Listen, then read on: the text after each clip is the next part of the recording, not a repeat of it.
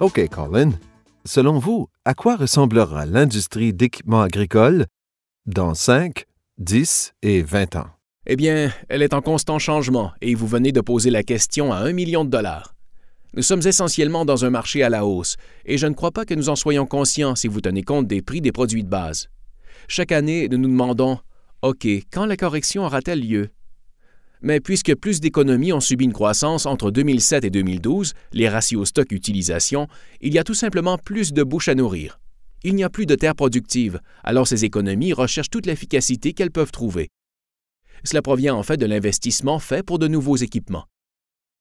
Et cela est très certainement positif pour notre entreprise. Nous sommes probablement à la ligne de haute eau pour certaines quantités d'unités vendues dans l'industrie. Mais je crois que nous verrons d'autres investissements dans la technologie qui nous aideront à améliorer la production, plus particulièrement ici, dans l'ouest du Canada, au Canada et également en Amérique du Nord. Donc, lorsque vous brossez un peu le portrait, les agriculteurs adorent discuter de l'équipement. Ils adorent les blogs et les sites web portant sur l'équipement. Ils adorent discuter des nouveautés à venir, par exemple de l'opération à distance de l'équipement. Parlez-moi un peu de ce que vous savez, particulièrement de Case IH et des pièces d'équipement que nous verrons arriver sur le marché. Automatisation. Je crois que nous avons tous imaginé, même il y a de cela une dizaine d'années, que des tracteurs et des moissonneuses-batteuses se piloteraient d'eux-mêmes. À ce jour, nous avons fait des progrès dans cette technologie, mais je crois que nous nous entendons tous pour dire que la quantité de main-d'œuvre et d'opérateurs qualifiés dans le domaine de l'agriculture pose vraiment un défi. Ce que nous essayons de dire est comment faites-vous pour que cet équipement soit encore plus facile à utiliser? Nous arrivons à mettre des personnes qui ne sont pas expertes dans la cabine de notre équipement, mais les réglages et les ajustements complexes ont été faits à partir d'une moissonneuse-batteuse maître dans un champ ou d'un tracteur maître. Pour faciliter encore plus la tâche, la communication entre les véhicules se fait même lorsque vous n'avez pas à l'opérer. Un chariot de grains sera tiré vers un tracteur, il prendra la relève et il fera en sorte que les distances soient maintenues de sorte qu'il n'y ait aucun incident. En ce qui concerne une partie de l'automatisation et du fonctionnement, y a-t-il des obstacles qui empêchent la mise en branle plus tôt que plus tard?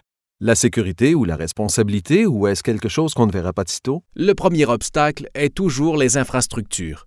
Vous devez les contrôler par satellite ou réseau cellulaire ou sans fil entre les véhicules. Donc, en intégrant maintenant le système GLONASS en plus du système GPS, nous avons renforcé les signaux satellites. Surmonter les obstacles technologiques a été le premier point auquel les gens de l'industrie ont dû faire face. La deuxième partie est la responsabilité. C'est comme si vous mettiez vos vêtements, vous en acceptez la responsabilité. Elle est toujours présente, mais est de moins en moins une préoccupation. Nous avons maintenant une gestion des couvre-feux dans nos champs où nous indiquons à nos unités de rester dans la limite. Ainsi, je crois qu'il y a des façons de réduire les préoccupations liées à la sécurité, mais il faut les intégrer lentement, car les producteurs doivent les accepter et ils doivent en défrayer les coûts. Si elles n'ajoutent pas de la valeur à leur exploitation au bout de compte, nous ne pouvons certainement pas apporter ces modifications et nous ne pouvons investir dans la R&D si nous ne croyons pas que le marché pourra les soutenir. Entrevoyez-vous des modifications quant aux sources d'alimentation alternatives pour les tracteurs, qu'elles soient hydrauliques ou électriques? Oui, il y a eu beaucoup de discussions à ce sujet. Certaines se déroulent même à l'extérieur des États-Unis. Nous essayons d'avoir une sécurité énergétique et peut-être ne pas devoir importer autant de carburant. L'éthanol joue déjà un grand rôle, mais c'est plus dans l'industrie automobile. Je crois que le biodiesel est probablement un secteur dans lequel nous pensons investir et nous devons nous assurer que si nous développons nos moteurs, nous pouvons utiliser certaines de ces choses, car la technologie de nos moteurs est également en évolution. Ainsi, les fluides qui le composent, tant du côté du pétrole que du diesel, sont également en évolution. Je crois que les moteurs électriques peuvent avoir un avenir prometteur, particulièrement parce qu'ils sont bien utilisés dans l'industrie de la construction. Je sais que d'autres fabricants y ont également pensé. Je crois que tant que le marché, l'économie et les clients demandent des choses, nous continuerons de mener nos recherches et notre développement afin d'être plus responsables en matière de gérance environnementale. Certes, mettre sur le marché nos moteurs de niveau 4 et du diesel plus propre signifie probablement que tous ceux qui sont impliqués dans l'industrie se concentrent sur un investissement massif en R&D afin d'améliorer la technologie. Je dois vous poser des questions au sujet de l'achat d'équipements neufs ou d'occasion de l'autre côté de la frontière. Y a-t-il des problèmes dont je devrais être informé? Je sais que certaines personnes le font. Oui, je crois que lorsque nous observons des changements importants dans la valeur du dollar canadien, il y a toujours des occasions qui se présentent pour économiser, ne serait-ce que votre femme qui va magasiner, mais cela n'a jamais été un problème. Nous sommes rendus à un point où nous pouvons aller sur Internet pour trouver les prix de l'équipement. Je crois que les clients recherchent à en avoir pour leur argent et nous pouvons le leur offrir.